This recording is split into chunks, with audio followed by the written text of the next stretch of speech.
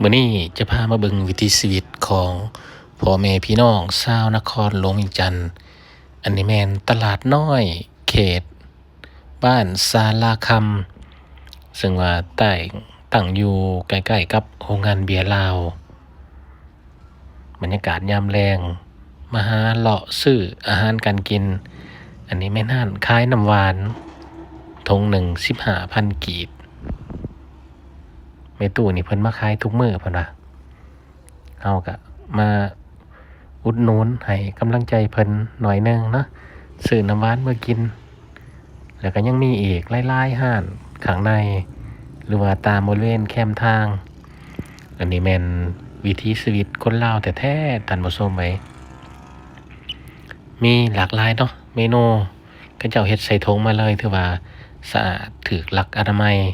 ถึงว่าจะตั้งอยู่แคมทางแต่ว่าเพิ่นแพ็คใส่ถุงเรียบร้อยเนาะรับรองว่าแมงวันบ่ตอมขี้ฝุ่นบ่ถึกแน่นอนอันนี้แม่นอาหารที่นางเอกเพิ่นมักก็คือซุปผักนอกจากซุปผักแล้วก็มีอีกหลายๆเมนูที่เพิ่นเอามาขายผู้คนกายไปไกลมากอะนี่แหละมาซื้ออาหารแคมทางนี่แหละไปกินมันสะดวกสบายดีซื้อเมื่อแล้วก็กินเลยบ่ต้องมาแต่งเนาะแต่ว่าไผบ่มักอาหารที่เพิ่นเฮ็ดไว้เนาะก็สามารถไปซื้ออาหารที่เพิ่นขายด้านในหั่นจะมีซีนผักปลาต่างๆเอาเมื่อปรุงแต่งเฮ็ดกินอยู่เรือนก็ได้เช่นกันแต่ว่าเฮามื้อนี้ขอกินอาหารแบบจานด่วนเนาะเอามือหอดเรือนแล้วก็แกะกินเลยแบบนี้แล้วนี่มีหลายแนวอันนั้นแม่นเจียวโอดเนาะที่จับขึ้นมาแล้วก็ยังมีซุปหน่อไม้ถือว่ามีหลากหลายเลยไปเฮาสิพาเข้าไปเลาะด้านในเนาะว่าสิมีหยังในด้านใน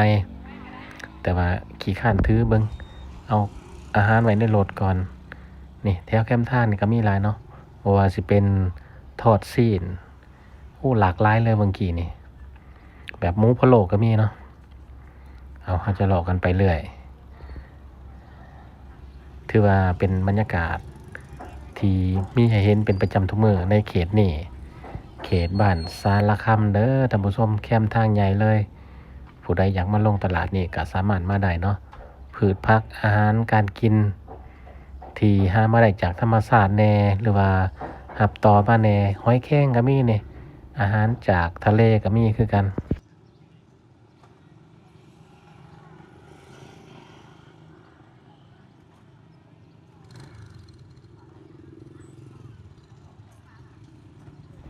บัดนี้เฮาพาเข้ามาเลาะฮอดด้านในเลยอันนี้ก็คือปลาเนาะปลาหน่อยก็เอาไปเฮ็ดเมนูได้แซ่บปลาหน่อยนี่เฮ็ดมุกเฮ็ดอ้อเฮ็ดออมเฮ็ดแกงได้เบิดก็คล้ายๆกับตลาดสดทั่วไปเด้อท่านผู้ชมอันนี้เฮ็ดบดก็มีคือกันเนาะไผมักกินเฮ็ดบด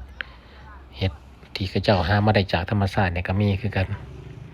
เฮ็ดบดหน่อไม้หน่อยามนี่หลายคักเลาะไปเรื่อยๆเห็นมังเงาะแล้วก็ยาบังเงาะบัดนี้ติดราคาไว้กิโล30,000 กีบลงเลยเนาะช่วงทบีดประมาณเดือนกว่าก็เจ้าขายกิโลละ60,000 กีบพุ่นได้แต่ว่าปัจจุบันนี้มังเงาะเหลือกิโลละ30,000 กีบ2กิโล60,000 กีบเพิ่นก็ขายเพิ่นว่า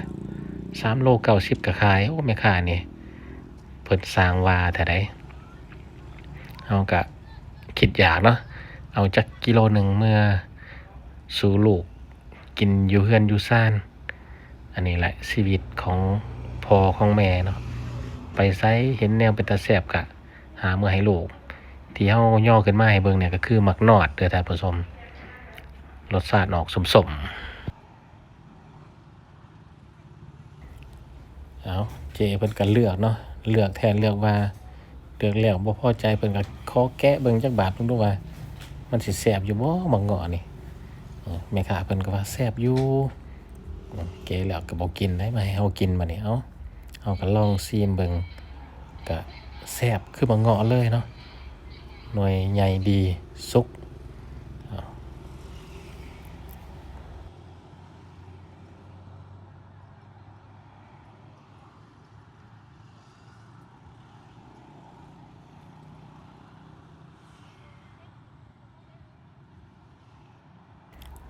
เลือกได้แล้วก็ส่งให้แม่ค้าสั่งกิโลเบิง1กิโลพอดีเพิ่นว่าพอดีเฮาก็เอาเลยไก่น้อยหนึงจับออกโอ้ย2หน่วยก็จับออกเนาะเจ้าก็แถมเลยก็บ่ได้หลายคนก็มาเลาะซื้อแบบเฮาคือกันเนาะเลาะซื้ออาหารการกินเมื่อเฮือนเมื่อซ่านในบางงอแล้วก็ย่างต่อบัดนี้เนี่ยมาทางนี้ก็เห็นหอยแครงอาหารทะเลแต่บ่ซื้อเนาะบ่ซื้อแถวนี้ก็เป็ดไก่ปลาอาหารสดเนาะเป็นประเภทปลานี่ก็มีหลายคือกันซื้อแล้วเพิ่นคั่วให้เลยแต่ก็บ่ซื้อย่างไปต่อเป็นตลาดน้อยๆเนาะเป็นตลาดน้อยๆอย่างไปเดียวก็อ้อมแล้วก็บ่ฮู้สิซื้อหยังหลายต่างพามาเลาะเบิ่งบรรยากาศแหน่เนาะส่วนหลายก็เป็นผักนั่นแหละที่เพิ่นนำมาขายเนี่ยก็คล้ายๆกับตลาดสดทั่วไปในนครหลวงเวียงจันทน์นี่แหละ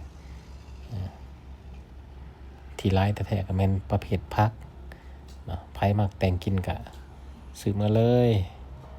อันนี้แม่นหน่อไม้เนาะหน่อไม้ที่เพิ่นผสมกับน้ำยานางนะ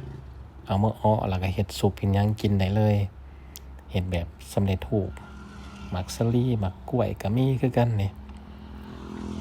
กล้วยก็หวีหนึง25,000กีบเนาะหวีบักใหญ่แถวนี้ก็เป็นขนมถือว่าครบจบบอนเดียวเลยเนาะครับอันนี้แนวมาทางนี้เห็นเพิ่นขายหย่อเนาะเป็นคนเวียดนามเอามาขายมีให้ซิมพร้อมว่าซั่นซิมเบิ่งแซ่บจังเอาบ่แซ่บบ่ซื้อก็ได้เนาะบ่ถูกใจก็บ่ซื้อเอาตอนนี้ออกมาด้านนอกแล้วก็สังเกตเห็นเนาะคนชาวบ้านเขตนี้แหละส่วนหลายพากันมาซื้อกันเด้ซื้อแล้วก็พากันกลับบ้านกลับซองเมื่อหาลูกหาครอบครัวเนาะจังได้ก็ได้มาแล้วขอถ่ายรูปจักบาทก่อนเพิ่นว่า1 2 3คลิปนี้ก็สิเป็นคลิปสั้นๆเด้อพาเบิ่งบรรยากาศตลาดอยู่ที่บ้านศาลาคำนครหลวงเวียงจันทน์บรรยากาศยามแลงคักขนาดเลย